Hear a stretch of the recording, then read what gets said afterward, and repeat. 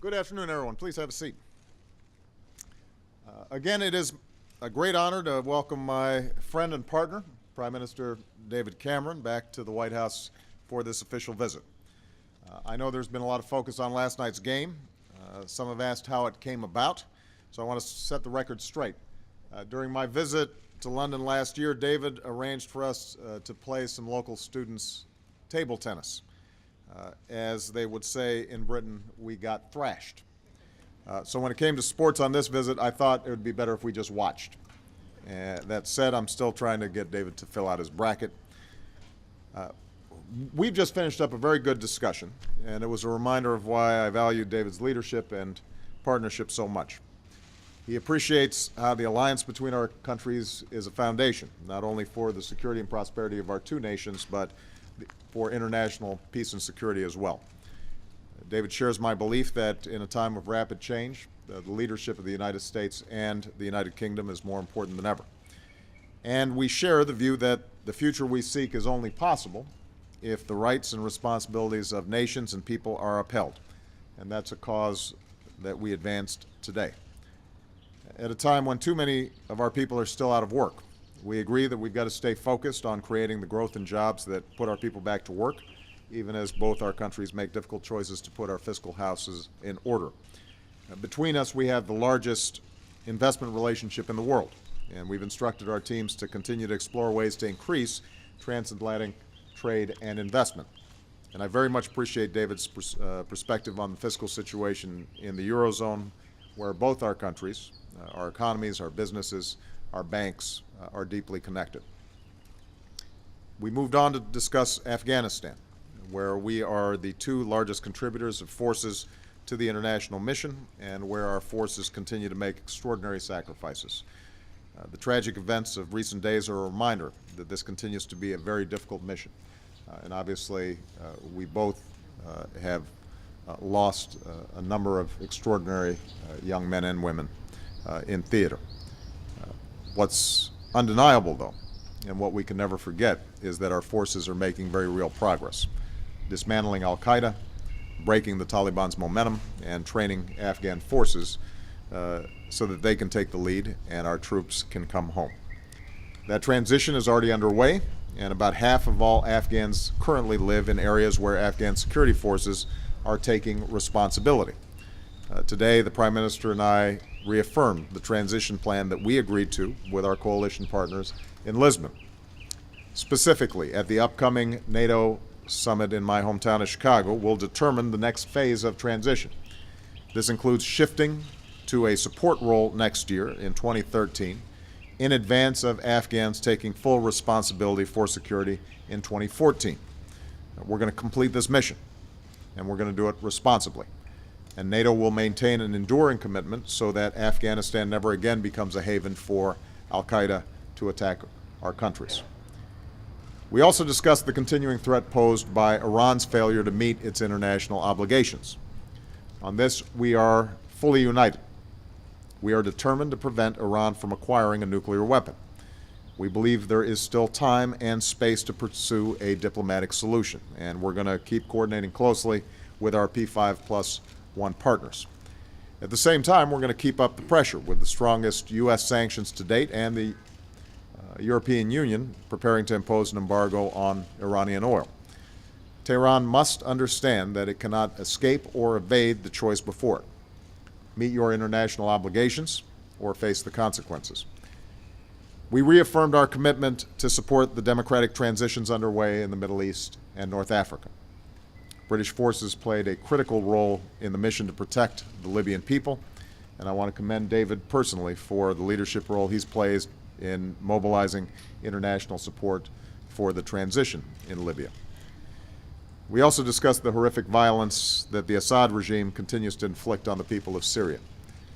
Right now, we're focused on getting humanitarian aid to those in need, and we agreed to keep increasing the pressure on the regime, mobilizing the international community, tightening sanctions, cutting the regime's revenues, isolating it politically, diplomatically, and economically. Just as the regime and security forces continue to suffer defections, the opposition is growing stronger. I'll say it again. Assad will leave power. It's not a question of if, but when. And to prepare for that day, we'll continue to support plans for a transition to support the legitimate aspirations of the Syrian people. More broadly, we recommitted ourselves and our leadership to the goal of global development. Along with our international partners, we've saved countless lives from the famine in the Horn of Africa. David, you've done an outstanding job in bringing the international community to support progress in Somalia, including life-saving aid. At the same time, we're renewing our commitment to improve maternal health and preventable deaths of children, and supporting the Global Fund for AIDS, TB, and malaria so that we can realize our goal, and that's the beginning of the end of AIDS.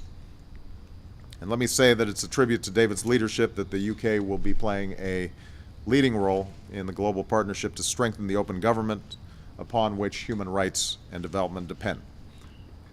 Finally, I'm very pleased that we're bringing our two militaries, the backbone of our alliance, even closer. As I told David, I can announce that next month we intend to start implementing our long-awaited defense trade treaty with the UK. This will put advanced technologies in the hands of our troops, and it will mean more jobs for workers in both our countries. And we're moving ahead with our joint initiative to care for our men and women in uniform. For decades, our troops have stood together on the battlefield. Now we're working together for them when they come home, with new partnerships to help our wounded warriors recover, assist our veterans transition back to civilian life, and to support our remarkable military families. So David, thank you as always for being such an outstanding ally, partner, and friend. As I said this morning, because of our efforts, our alliance is as strong as it has ever been. And Michelle and I are very much looking forward to hosting you and Samantha at tonight's state dinner. I look forward as well to welcoming you to Camp David, my hometown of Chicago, in May, to carry on the work upon which both our nations and the world depend. So, David, welcome and thank you. Well, thank you very much for that, Barack, and thank you for last night's sporting event. I thought there was a link between that and the table tennis. I remember it well, and because I know America doesn't like being on the losing side, I'm trying to make up to you with the gift of a table tennis table, which I hope will be there in the White House. We should practice this afternoon. I think, well, I certainly need the practice. And one of these days I'll get my own back by getting you to a cricket match and explaining the rules to you and some of the terminology that you'll have to try and get straight, as I tried last night. But thank you. We've had excellent discussions today, and it was great that our teams had time to join those talks as well. And Barack, thank you, because there are some countries whose alliance is a matter of convenience, but ours is a matter of conviction. Two states, as I said this morning, united for freedom and enterprise, working together day in, day out to defend those values and advance our shared interests.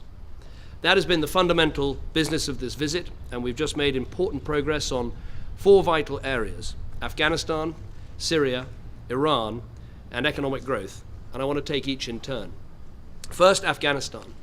Recent days have reminded us just how difficult our mission is, and how high the cost of this war has been for Britain, for America, and for Afghans themselves. Britain has fought alongside America every day since the start. We have 9,500 men and women still serving there. More than 400 have given their lives, and today, again, we commemorate each and every one of them.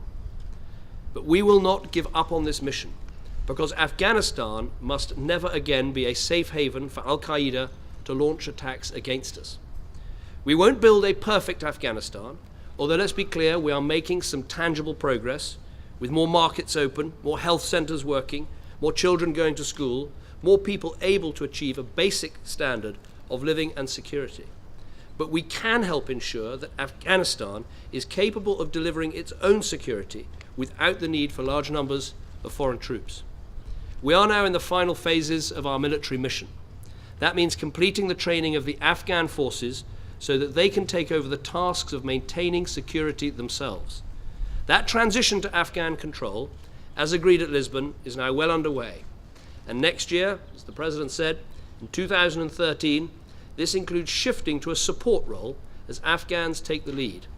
This is in advance of Afghan forces taking full responsibility for security in 2014, and as we've always said, we won't be in a combat role after 2014. At the same time, we will also back President Karzai in working towards an Afghan-led political settlement. Second, a year on from the United Nations Security Council resolution on Libya, we agreed we must maintain our support for the people of the Arab world as they seek a better future. And let me just say, in response to what you said, Mr. President Barak, about Libya, that I'm very proud of the action that Britain and France and others took, but let us be absolutely clear, none of that would have been possible without the overwhelming support and overwhelming force that the United States provided in the early stages of that campaign, exactly what you promised you would do, that actually made that intervention possible and has given that country a chance of prosperity and stability and some measure of democracy. Most urgently now in Syria, we are working to get humanitarian aid to those who need it, and Britain is today pledging an additional £2 million in food and medical care. At the same time, we must properly document the evidence so that those guilty of crimes can be held to account, no matter how long it takes. Above all, we must do everything we can to achieve a political transition that will stop the killing. So we must maintain the strongest pressure on all those who are resisting change at all costs. We will give our support to Kofi Annan as he makes the case for that transition, and we are ready to work with Russia and China for the same goal, including through a new United Nations Security Council resolution. But we should be clear, what we want is the quickest way to stop the killing. That is through transition rather than revolution or civil war. But if Assad continues, then civil war or revolution is the inevitable consequence. So we will work with anyone who is ready to build a stable, inclusive, and democratic Syria for all Syrians. Third, we have discussed Iran's nuclear program. The President's tough, reasonable approach has united the world behind unprecedented sanctions pressure on Iran, and Britain has played a leading role in helping to deliver an EU-wide oil embargo. Alongside the financial sanctions being led by America, this embargo is dramatically increasing the pressure on the regime. Now, we are serious about the talks that are set to resume, but the regime has to meet its international obligations. If it refuses to do so, then Britain and America, along with our international partners, will continue to increase the political and economic pressure to achieve a peaceful outcome to this crisis. As the President and I have said, nothing is off the table.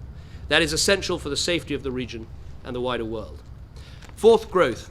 Both Britain and America are dealing with massive debts and deficits.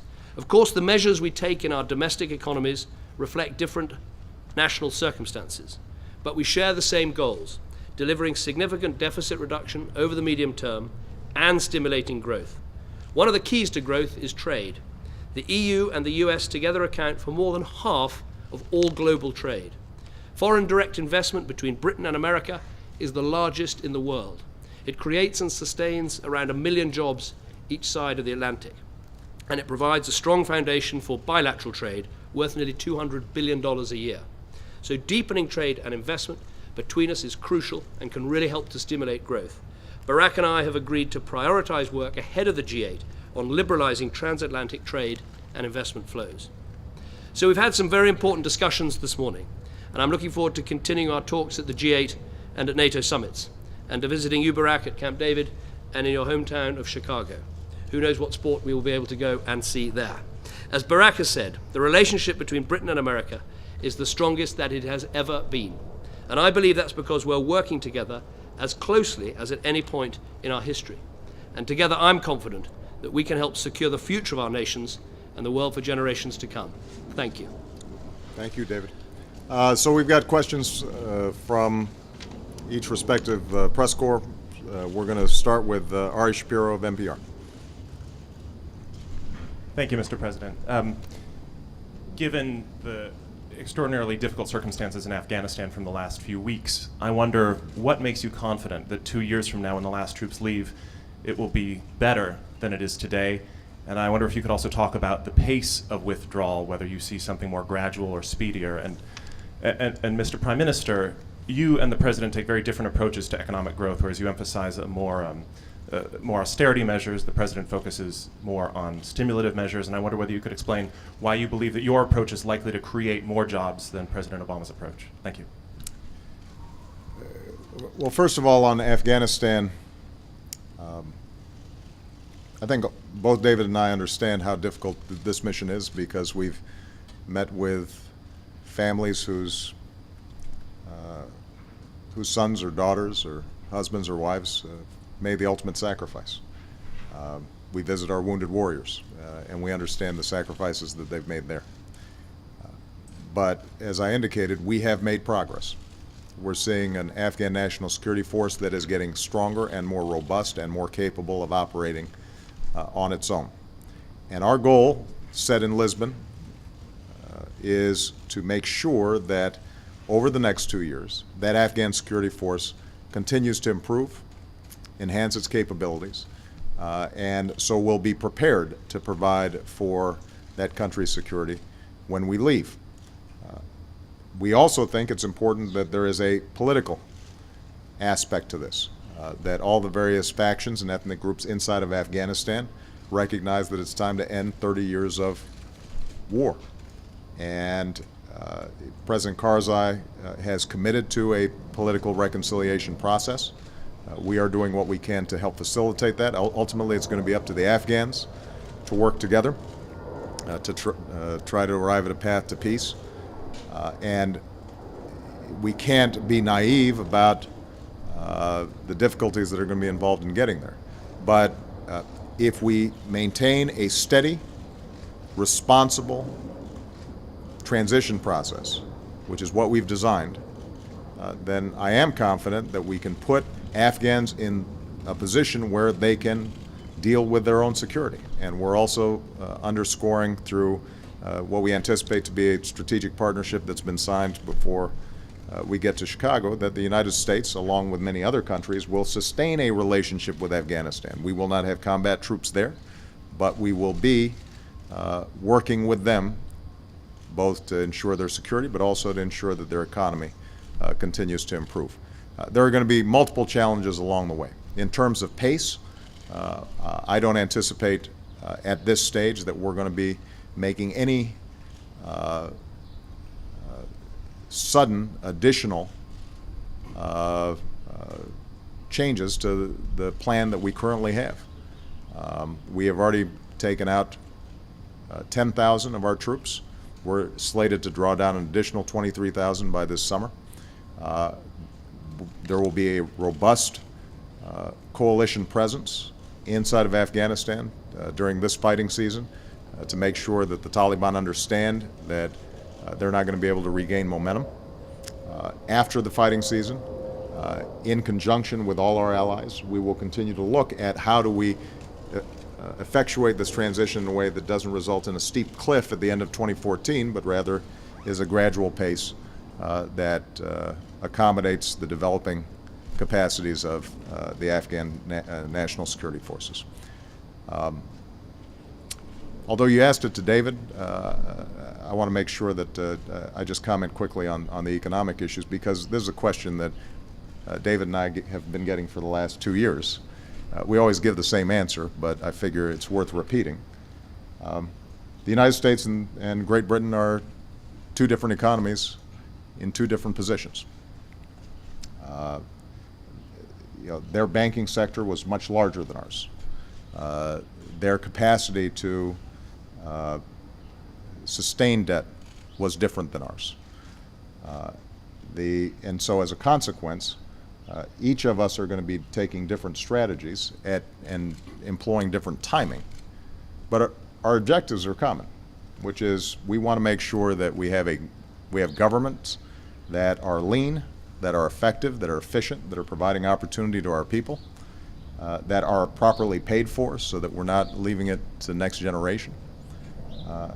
And we want to make sure that ultimately our citizens in both our countries are able to pursue their dreams and opportunities by getting a good education and being able to start a small business, being able to find a job that supports their families and allows them to retire with dignity and respect. And so this notion that somehow two different countries are going to have identical economic programs doesn't take into account profound differences in position.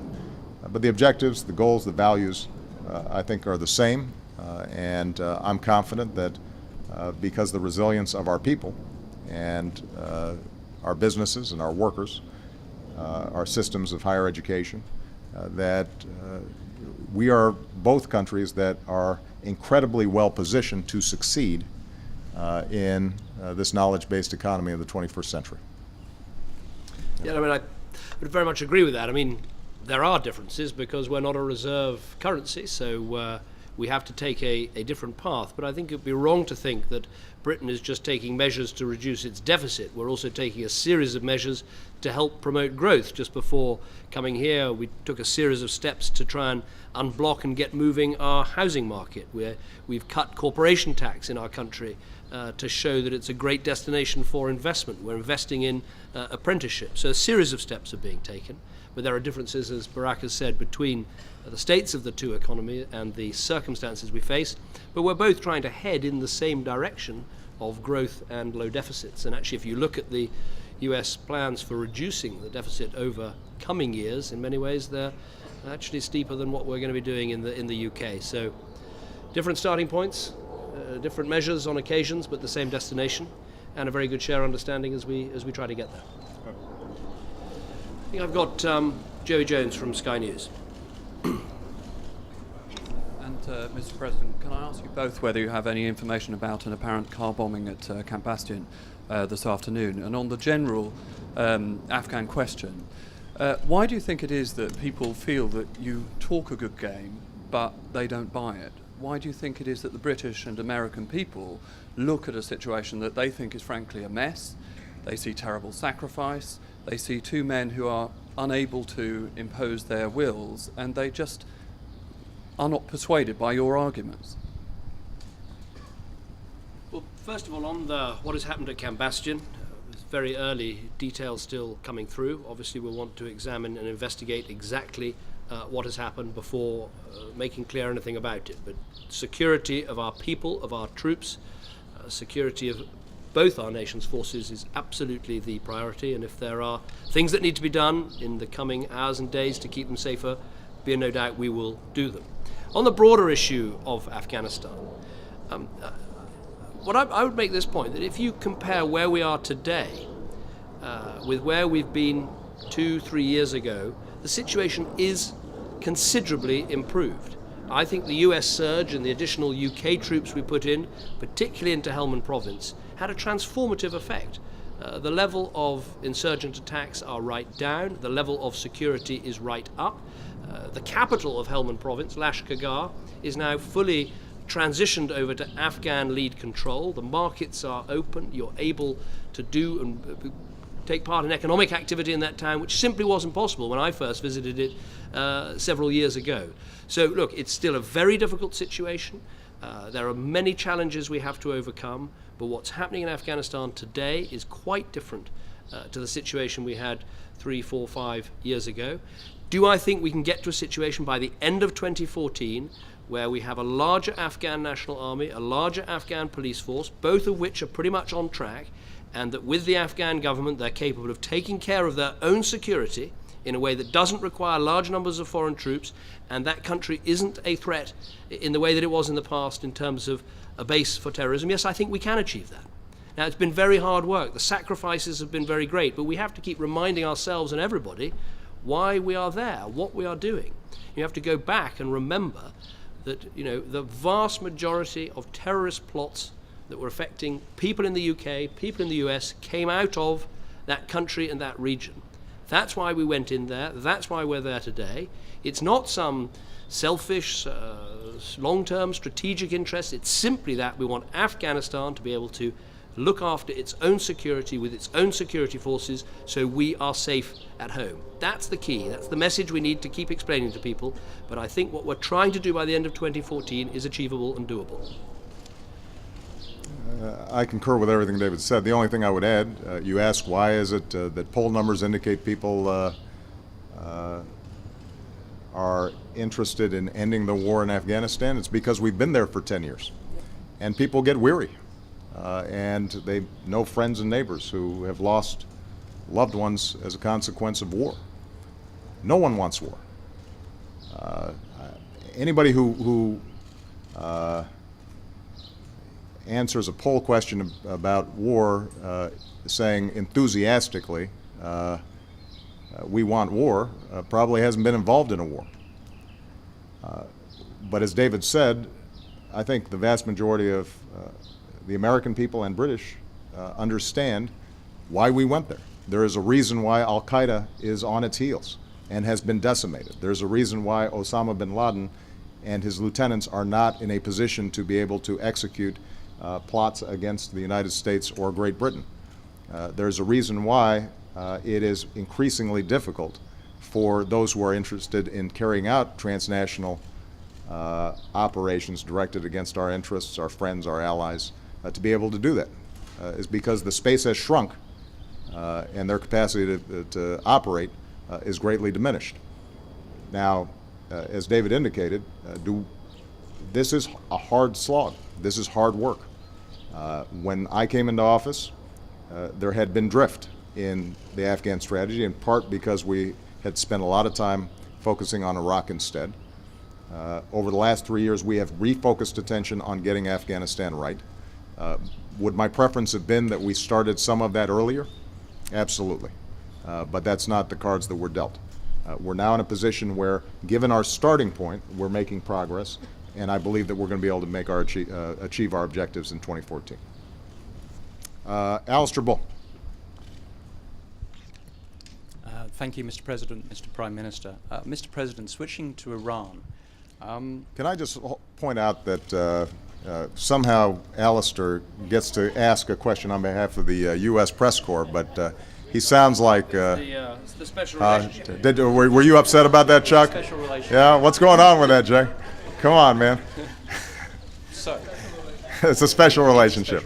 So, on Iran, do you believe that the Six Power Talks represent a last chance for the country to diffuse concerns over its nuclear program and avert military action?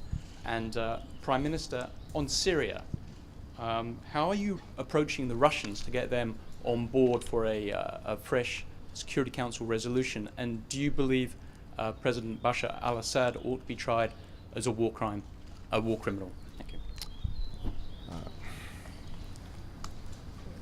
As David said, we have applied the toughest sanctions ever on Iran, and we've mobilized the international community with greater unity than we've ever seen.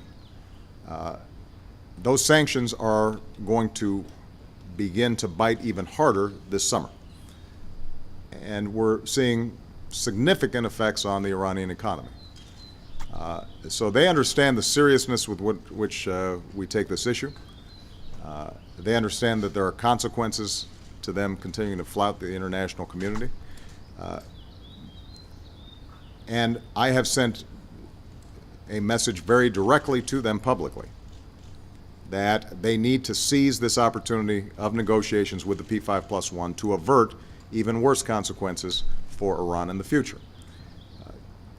Do I have a guarantee that Iran will walk through this door that we're offering them? No. In the past, there's been a tendency for Iran in these negotiations with the P5+1 to delay, to stall, to do a lot of talking, but not actually move the ball forward.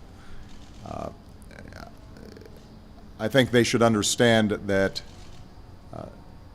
because the international community has applied so many sanctions, because we have employed so many of the options that are available to us to persuade Iran to take a different course, that the window for solving this issue diplomatically is shrinking.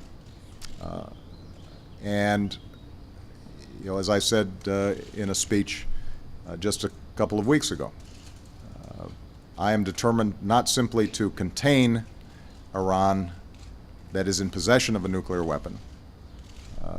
I am determined to prevent Iran from getting a nuclear weapon, in part for the reasons that David mentioned. It would trigger a nuclear arms race in the most dangerous part of the world. It would raise non-proliferation issues that would carry significant risks to our national security interests.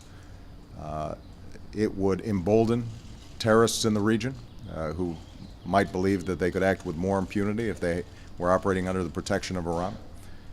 And so this is not an issue that is simply in one country's interests or two countries' interests. This is an issue that is important to the entire international community. We will do everything we can to resolve this diplomatically, but ultimately we've got to have somebody on the other side of the table who's taking this seriously, and I hope that the Iranian regime understands that this is their best bet for resolving this in a way that allows Iran to rejoin the community of nations and to prosper and feel secure themselves.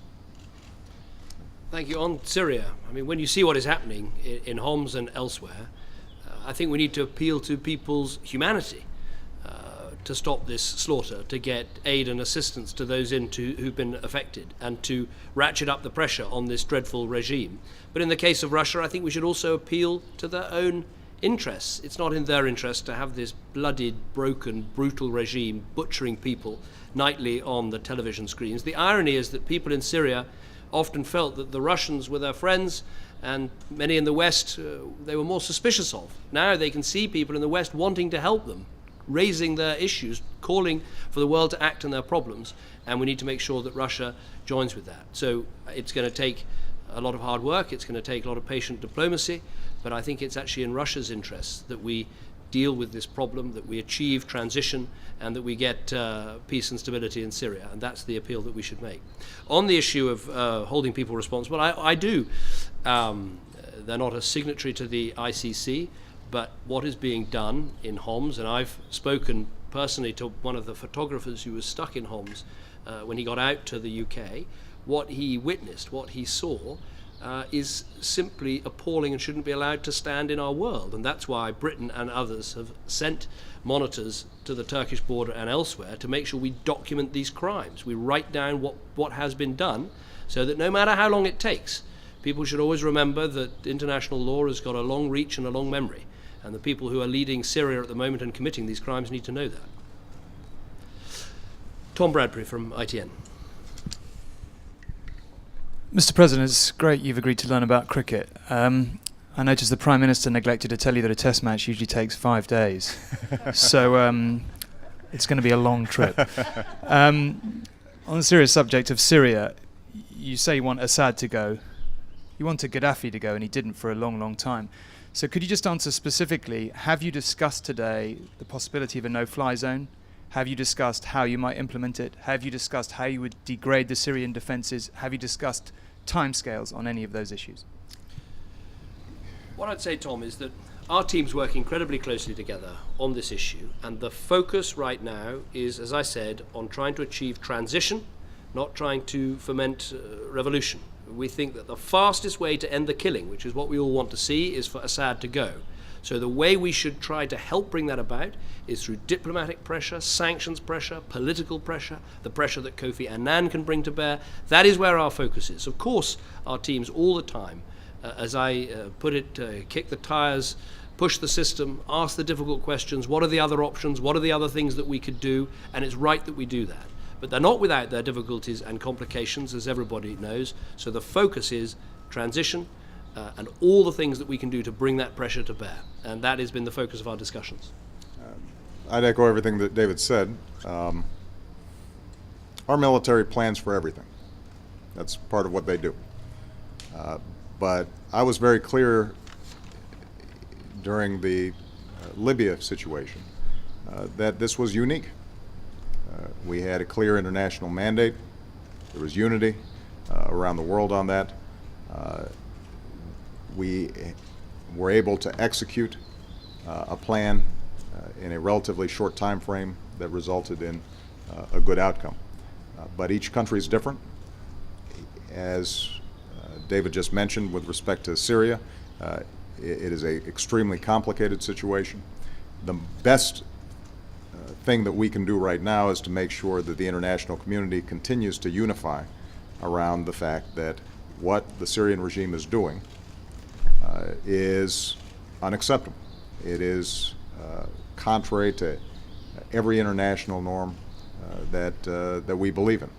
And for us to provide strong support to Kofi Annan, to continue to talk to the Russians, the Chinese, and others about why it is that they need to stand up on behalf of people who are being shelled mercilessly, and to describe to them why it is in their interest to join us in a unified international coalition.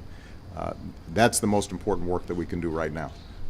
There may be some immediate steps that we've discussed just to make sure that humanitarian aid is being provided in a robust way, and to make sure that a opposition unifies along principles that ultimately would provide a clear platform for the Syrian people to be able to transition to a better form of government. But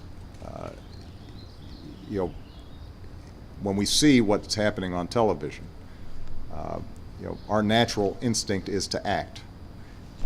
One of the things that I think both of us have learned in every one of these crises, including in Libya, is that it's very important for us to make sure that we have thought through all of our actions before we take those steps.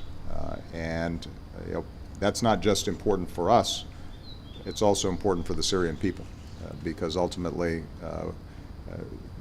the way the international community mobilizes itself, the signals we send, the degree to which we can facilitate a more peaceful transition or a soft landing rather than a hard landing that results in civil war and potentially even more deaths. The people who are going to ultimately be most affected by those decisions are the people in Syria itself. All right? Thank you very much, everybody. Enjoy the day. See some of you tonight.